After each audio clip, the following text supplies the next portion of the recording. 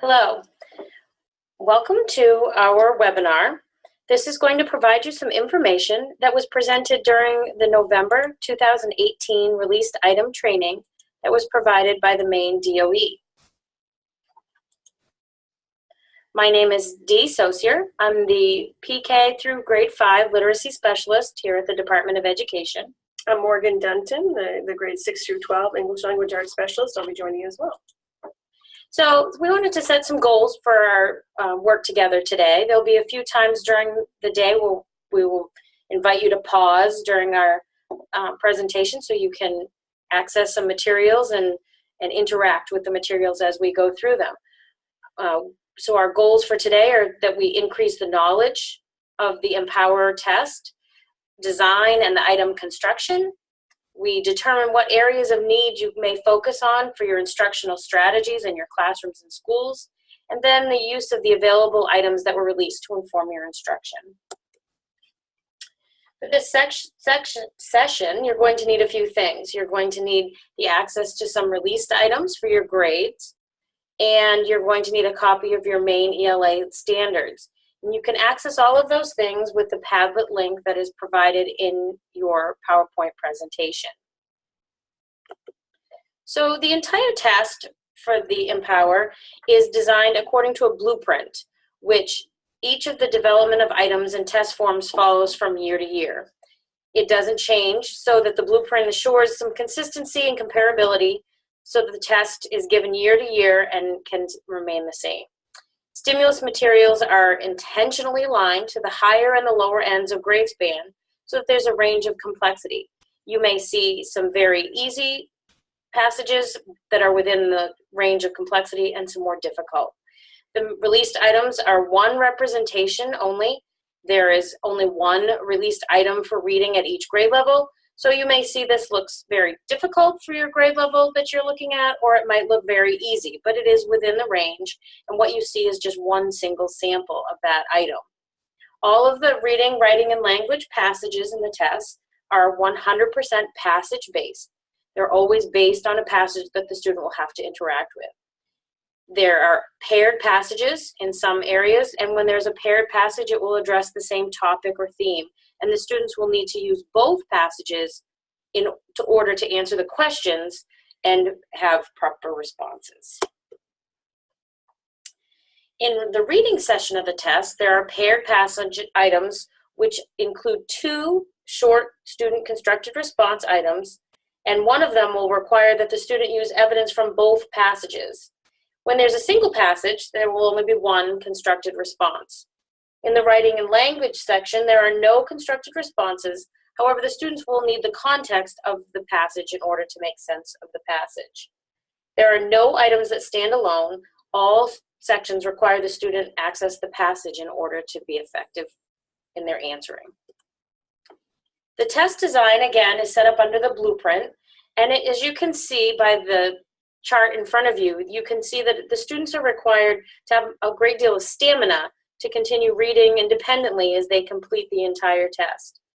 The texts are aligned again to the complexity within their grade span, and the items represent all 3 levels in the DOK.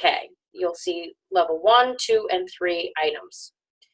Close reading skills are going to require an in-depth analysis within the parts of the text.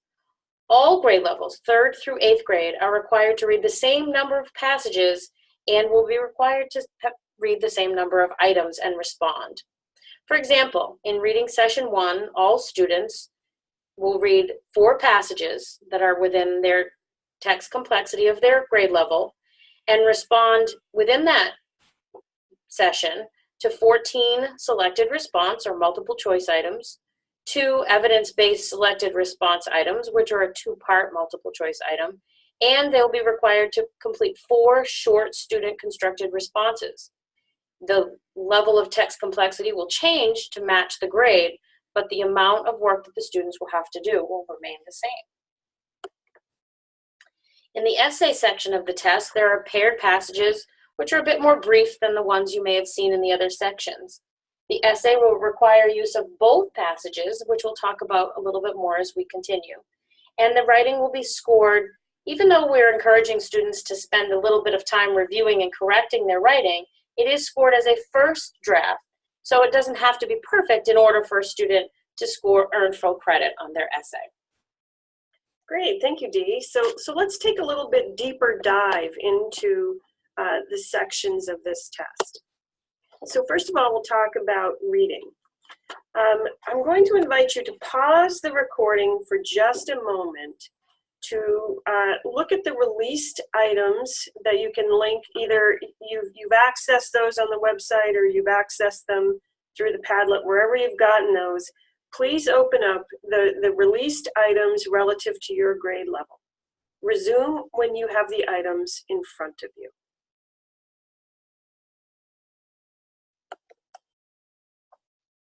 So we're going to ask you with a partner to list the qualities of the text features for both passages and for all items. What do you notice that you want students to understand about the passages as they are presented in this particular format? Now, I'm not asking you to read the passages that you see. I'm asking you to take a step back and look at how they look. Now would be a time to pause the recording and do this task with a partner. Okay, I'm going to assume you took a much longer pause than what we just did. Hopefully you noticed that in some of the passages, there's a purpose-setting statement. There's a title and an author or a source for the passage. There are margin notations like a line or a paragraph number. And sometimes there are footnotes for the passage. Those are all things that you want the students to notice before they actually start reading the passage. Note that in the constructed response and in the essay, students will often do citation, and this disrupts the writing. This is the first draft writing. They should be using the title, author, and quotation marks. No MLA citations are necessary in this on-demand testing situation. So let's talk about academic vocabulary. These are critical words for teachers to know and to use when discussing assessments with each other. We talk about the passage. This is actually the reading text, and we often refer to those stimulus materials as text. By the way, what you're asking the students to read in order to do the items, that's called the stimulus. Now, we don't necessarily call the items questions. We refer to them as items because they may be formatted in different ways. And so we have this item bank, and the questions, the stimulus, the prompts, they're all given this generic title of item. We have much of our assessment is a multiple choice. It is called in academic vocabulary a selected response, or SR. So you're going to see it noted as SR and not MC. The Empower test design has a different type of response that is new to this particular construct. It is the evidence-based selected response that we shorthand as EBSR. For us, these are two-part multiple choice or two-part selected response items. Find the correct answer, and then find the evidence that leads you to that correct answer. We also have constructed response items. You've experienced these before. We had them on MEA, we had them in NECAP. There are short constructed response items. In previous test design, we had longer constructed response items. These are all short. For short constructed response items, you're looking for basically a really well-crafted paragraph for the most part. We also want to make sure that you're noticing the intentional use of the word essay. There is a writing portion of the exam, which is quite different than the essay portion. So notice when we're using the words essay or writing or composing, because those have very distinct purposes. So let's talk for just a moment about the reading design. The reading items basically assess all of the reading standards. You'll notice that reading standard number 10 isn't specifically mentioned, but that's about a range of different types of text. And definitely in the design and construction of the entire test, we look for a range of different types of text. The content standards listed on the report that you get, these are the primary standards being assessed. The item may assess only part of the standard. It may also partially align to some other standards, but for the reporting purposes, there's always a primary standard that is noted. And there's also, for each of the standards, they're reported at 2 different levels of cognitive demand, and that's either comprehension or analysis and interpretation of the different types of text. So let's talk for a moment about these paired items, the EBSR. I'd like you to pause and take a few minutes to unpack the 2-part item. You'll notice that in part 1, you select the correct response for comprehension. Demonstrate that you understand what's happening in the text. And in part 2, students are asked to determine the best evidence to support the correct response. So what you need to do at this moment is to pause, look through the released items, and find an EBSR. This will be indicated by EBSR in the item information, but you'll notice it right off the bat because there's one number with 2 parts, 2 groups of selected responses. So please take a moment, find your EBSR, and have a chat.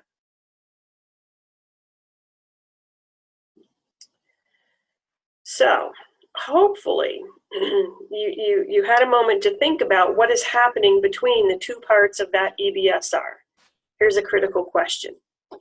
Can you get the right answer with the wrong evidence?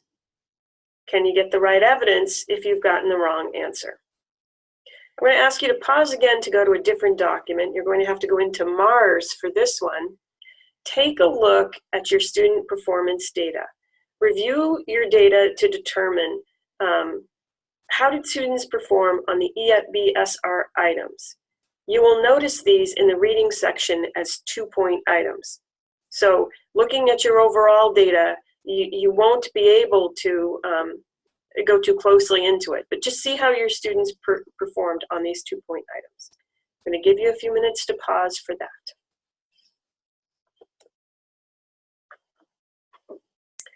Okay, let's talk about some strategies. First of all, we've got some ideas for some strategies that will help you prepare for students to take this test, but also some strategies that will just overall help in your classroom to support students as they engage with grade-level complex text. These are strategies to be used during instruction. The goal is to foster automaticity before the test. And this takes place in the classroom when you're using released items. First of all, take a look at the purpose setting statement, if there is one. How does it provide an anticipation step for the story or the article to follow? Think about maybe reading aloud.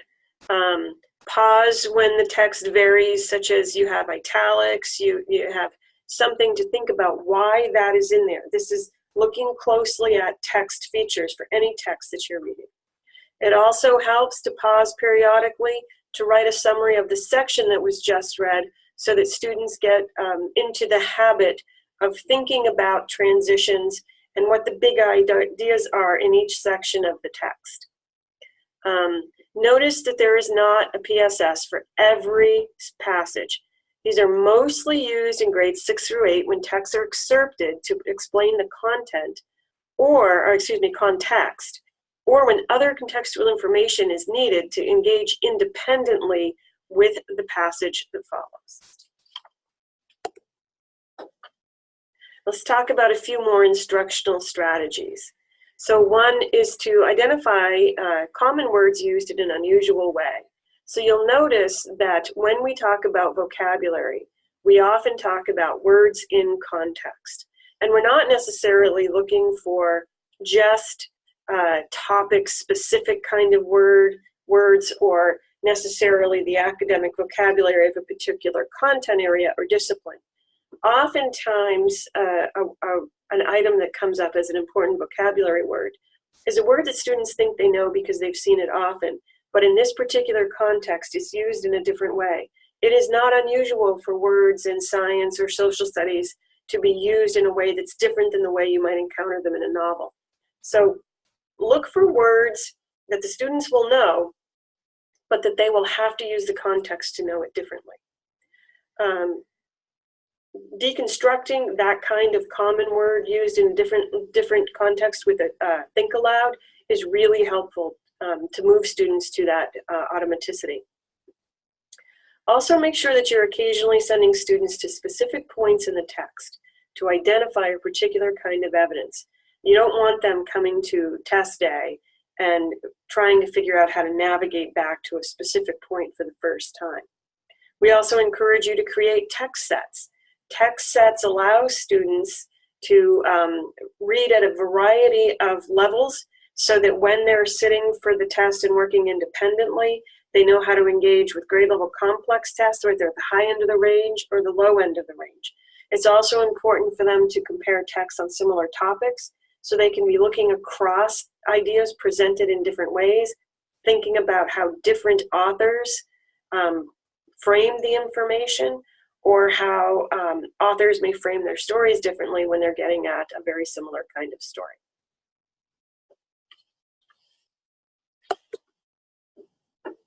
So here's a few things that we want you to know. This phrase point of view, that's an important phrase, and it's another one of those that's kind of like a common word that's used in an unusual way. Point of view may refer to the literary term where you're really driving at who is telling the story, or it may refer to a more common application, what happens necessarily maybe to a character within the story. How does that character's point of view change? Tone is also something that you want to pay attention to. Tone may be indicated by details of the setting or by use of language. I think we are not always using this idea of tone as being a condition of the setting, but that is one of the ways I've noticed that word used. So I'm sure as we've gone through this reading section, as Morgan has taken you through that, you're beginning to have a lot of questions and looking a lot of information. But let's jump right into the writing and language section of the assessment.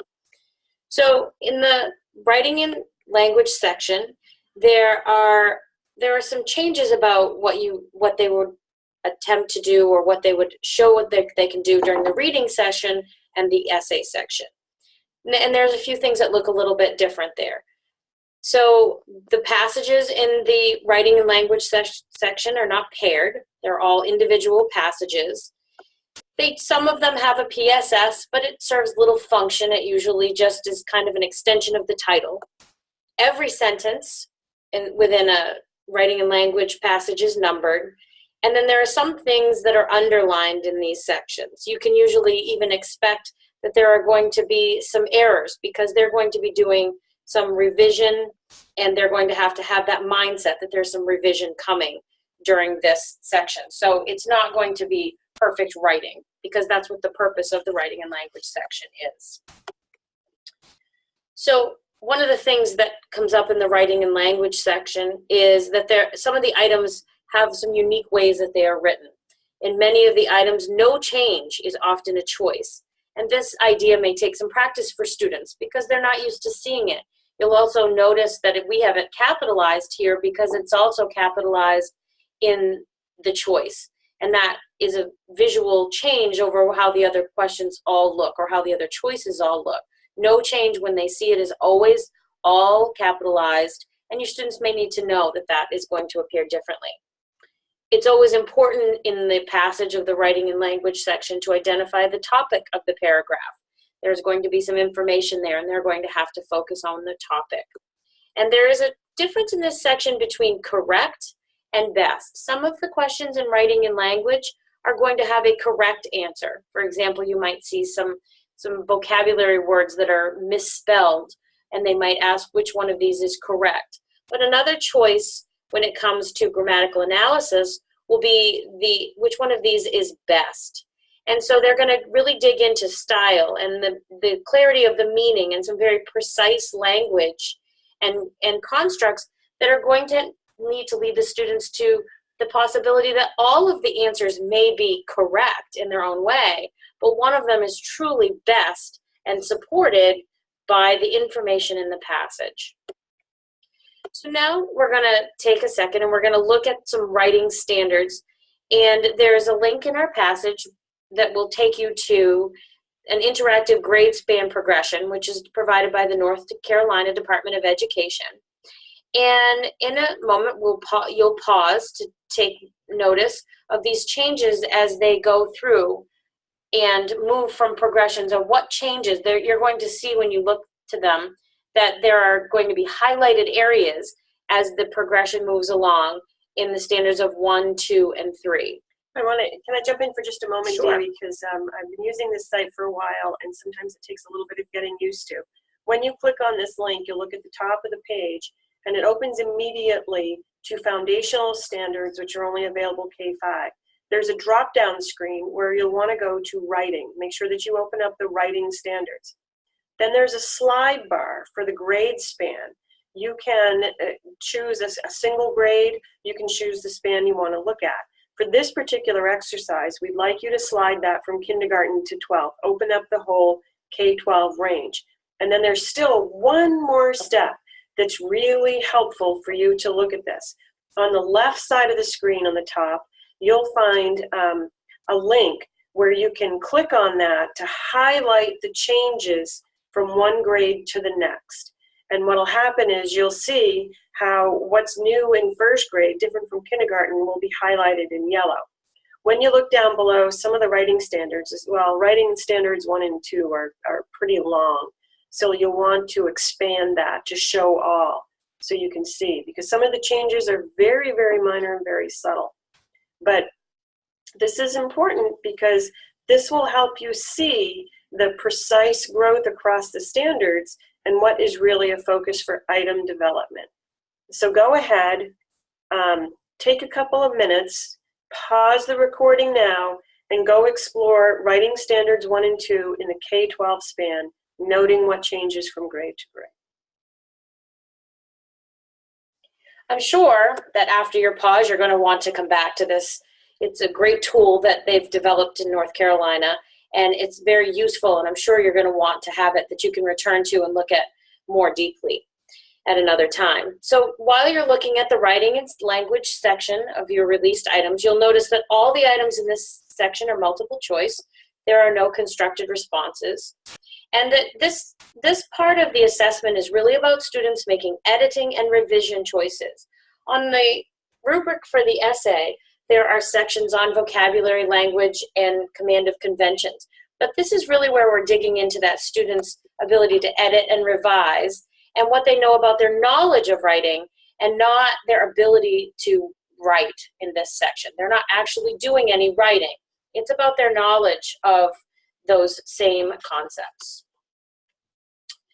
So you'll see when you look at your information that there are some sub-score reporting categories that change a little bit by grade level.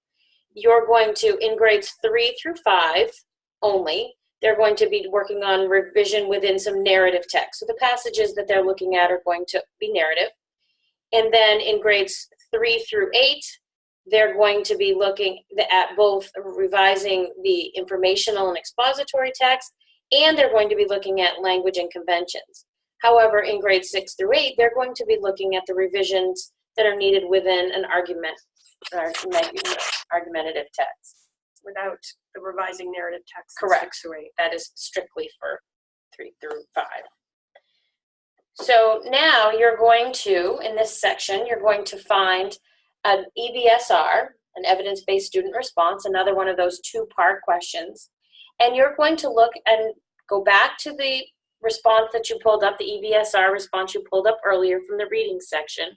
And you're going to take a minute to compare and contrast what students are going to need to be able to do and what they're being asked to do for the EBSR in the reading section compared to what they're being asked to do in the writing and language section.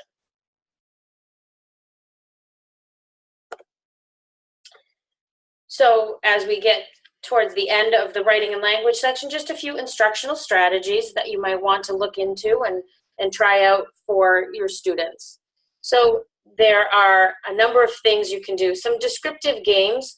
One that Morgan used a lot when she was in the classroom was a little bit of a game of taboo, where you might have some words and you might come up with something like a stop sign, where you might have some words that you might think of to describe a stop sign. It's red, it says stop, it has a word, any of those things that might describe it. And then after you've got kind of those key words that you would refer to often, you're going to ask students to do the same description, only leaving out those words that were the most common, and try to not use those taboo words. They have a lot of fun with that, and it really gets them thinking about some other things that they can do with words.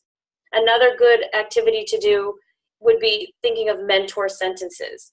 Jeff Anderson, who refers to himself as the right guy, W-R-I-T-E, has a lot of information which you can find online about mentor sentences, because this section of the test in writing and language is not about editing, which we have spent a lot of time on over the years. It is about revision, and he works a lot with giving a kind of a way for teachers to approach revision and really digging into sentences and pieces of text that make them more interesting.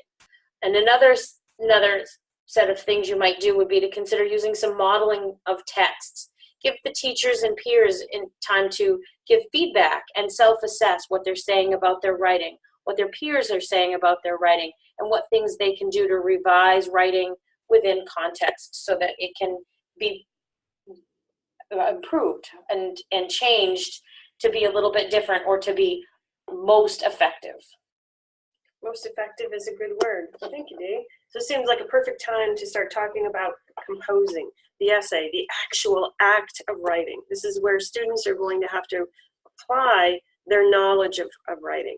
Now, excuse me, keep in mind that the essay is presented with a pair of short passages that are formatted much like the reading passages. They will be a little bit shorter than the reading passages. The paired passages will be about the same topic or same theme, and they will be informational in nature. So each year, the essay is going to be assessing a particular type of writing that is aligned to one of the first two writing standards. Grades 3 and 4, students will always be asked to write an informational or expository essay responding to the text. Grade 5 and 6 will be assessing writing standard 1, which is stated as opinion in grade 5, but argument in grade 6. I want to draw particular attention to this standard, and one of the reasons that we have you earlier look at it from K-12.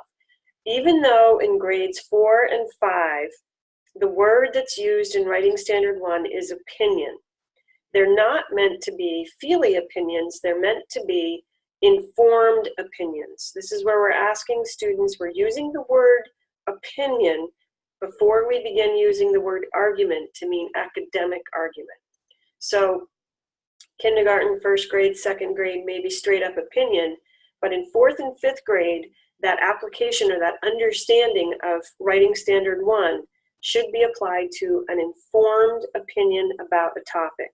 Grade 6, they're writing the argument. That's the first time they're flipping over from strictly an opinion to crafting that academic argument.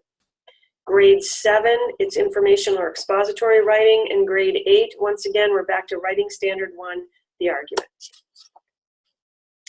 So in the directions for the essay, the students are directed to definitely write an introduction.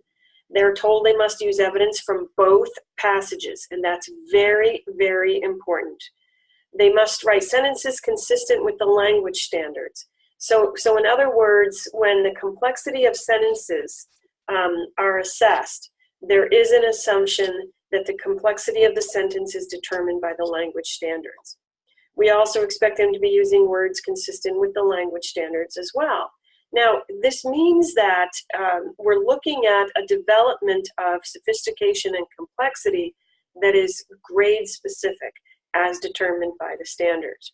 And they're finally directed to write a conclusion rather than simply stopping. And by the way, the end is not a conclusion, although we all see that very often. Okay, thank you. In the essay, the students are encouraged to take the time to review before finishing in order to emphasize this idea that they should pause, give themselves a few minutes to look one more time to make changes. A writer's checklist appears in the test booklet. It is after the entire space for writing a response. So it's possible to miss it, especially if the students are not scrolling down past that section. Therefore, we've provided you with the writer's checklist, which you may post during test time. We encourage you to use it freely, but do not modify. If the writer's checklist is posted during test time, it must be posted exactly as it appears on the test. If you're adding notes, if you're adding examples, if you're doing anything, if you're adding any words, any pictures, anything at all, it has to come down during test time. But meantime, as you're getting students ready to do that on-demand kind of writing, it may really help to have the writer's checklist. The writer's checklist is both grade-specific and mode-specific. So take a look at those. So we're thinking that the writer's checklist may also help you identify mini lessons or focus for instruction. And here's a couple of examples. The checklist says, I use quotation marks to show direct quotations from the passage. And I put the title of a passage in quotation marks when I quoted information from it. So let's just be sure that we're understanding how this is to be used in the on-demand situation. I mention this because I spent a couple of weeks in June of 2016 after we did the field test, looking at hundreds and hundreds of student responses. And I will say, especially at the upper grades, 7th and 8th grade, essay responses were also often loaded with an attempt to conduct MLA-style citation. And so the students would copy something directly out of one of the stimulus passages. And then they would parenthetically note the title, the author, they'd credit measured progress, they'd put the year of the test, they'd put MEA, all kinds of crazy things in there. And then they'd copy another few words from the test and then do the entire, they'd repeat the entire parenthetical citation. So we just want to be clear on a couple of things. Students do not need to provide parenthetical citation when they're copying from the text. This is an on-demand situation with limited resources that's already identified. So they don't have to do that. And remember, this is this is scored as a first draft on-demand kind of setting. So here's something to think about. Students absolutely must respond to the prompt. There also must be enough original student work in order to be able to score. So start thinking of this list as a hierarchy. The first thing is the students have to understand the prompt and respond to it. When the checklist says provide an introduction, that introduction should ground the students in the response to the prompt. And then there should be enough words that they have crafted showing the thinking across the passages to provide a solid evidence of ability to write. This is where we need to think about how we use evidence. Direct copy should absolutely be limited. When students interpret use of evidence as copious copying, it really gets them into trouble. It moves you more toward, even with citation, it moves you toward less thinking and more utilization of other people's work. We also need to make sure that students are writing in the correct mode. Now, this is particularly problematic, I think, at the lower grades. In grade 3, grade 4, students are directed to write a report. They're writing that expository writing. But oftentimes we saw students would take the topic. Let's say they had 2 informational passages about recycling. Then they'd write a lovely story about going to the beach with their grandmother and picking up trash. And they may have used ideas from the passages, but they really were not writing a report using evidence and information from the passages. They were telling a story. Therefore, they're off topic. They did not respond to the prompt in the correct mode. And it's very important to understand that in order for the students to score a 3 or a 4 on the rubric, they have to use evidence from both passages. If they focus their entire response on only one passage, they cannot score better than a 2. The analytic rubric is new to us. There is a movement to move away from the holistic rubric and into the analytic rubric. I just want to mention that the SAT essay also uses an analytic rubric. So for Empower, the analytic rubric is scored on 4 dimensions. The first one is development and elaboration of ideas. And I just want to be clear again that this development and elaboration of ideas has everything to do with responding to the prompt and using evidence from the stimulus material. It's also scored on organization, the way that the ideas are put together. Are there transitions? Is there a logical order to the way that the ideas are presented to either build an argument or to provide a report and develop knowledge of the topic? Language use and vocabulary should be consistent with grade level. In other words, an 8th grade response that's well written but uses extremely simplistic language, uses really simplistic constructs, which would be absolutely perfect at third grade, is not sufficient for 8th grade. And there also must be evidence of command of conventions. Again, if the students are straight up copying big chunks of text, then there isn't really evidence of the student's command of conventions when it's another writer's conventions. So this leads us to a phenomenon which has occurred more often than we care to mention, and it is the phenomenon of the no score. So there are some conditions that provide that no score designation. One, first of all, is that the students did not actually respond to the prompt.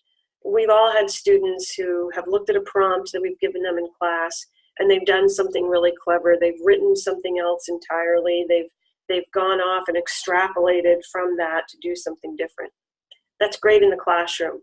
But in this large-scale on-demand situation for equity and fairness, they have to write to the prompt on topic. Another no-score condition is when the students write in the wrong mode. You know, they're writing a narrative when they were directed to write an argument. This becomes problematic because we're applying the principles of the mode-specific rubric, and if they're in the wrong mode, they're not meeting the qualities of the rubric. So another problem that we've seen is just straight summarizing, where the students replay. The first passage said this, and the second passage said that. And then the first one said this, and the second said that. They are summarizing beautifully, maybe without a lot of copying, but they're not demonstrating any kind of interpretation or analysis. This is pretty much the same as being off topic. They're not actually responding to the task set out in the prompt. They're simply retelling what's in the passage. You can take some practice in the classroom. When you're having discussions, you can provide a summary, you can jump off from there, but when you're actually crafting your response, you want to get to the next part after your summary. Another big problem we saw was way too much direct copy. One of the strategies that I used when we were scoring the field test was I highlighted anything that was a direct copy or really, really close to what was in the stimulus material, what was in the prompt. And then we looked at the words that were left, the evidence of the students' writing. And sometimes it came down to not enough there. That can also happen when students don't understand that an essay is a multi-paragraph response, and they try to write with a sentence or two. They treat the essay as if it were a short constructed response item. So that brings us to... Did you want to let them know too that that link is available? At the top of this page of No Score, there's a link to our literacy links, and you can click on that and find a little bit more of an explanation for the No Score if you would like to read something or have something that you can print out to explain that a little bit further. Thank you, Dee. I almost forgot that. Yes, that's a live link at the top of that slide. So one of the things we'd like you to do is to locate in the released items the rubric for the essay. You will also see in your released item in the teacher set the rubrics for a constructed response item from the reading section. We'd like you to pause and take a few minutes to compare and contrast those two items. The essay rubric, which is a 4-point analytic rubric, and the constructed response rubric, and what is in there. So take a look at what is expected of student work with these two rubrics.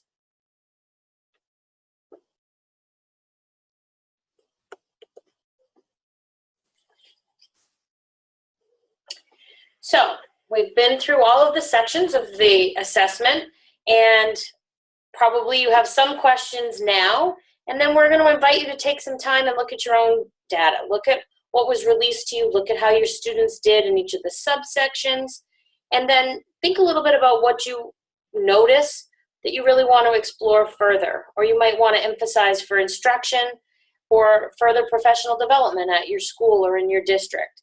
And when you have completed that very rigorous task, you may decide that you want to get in touch with us, or you may decide that you would like some more information.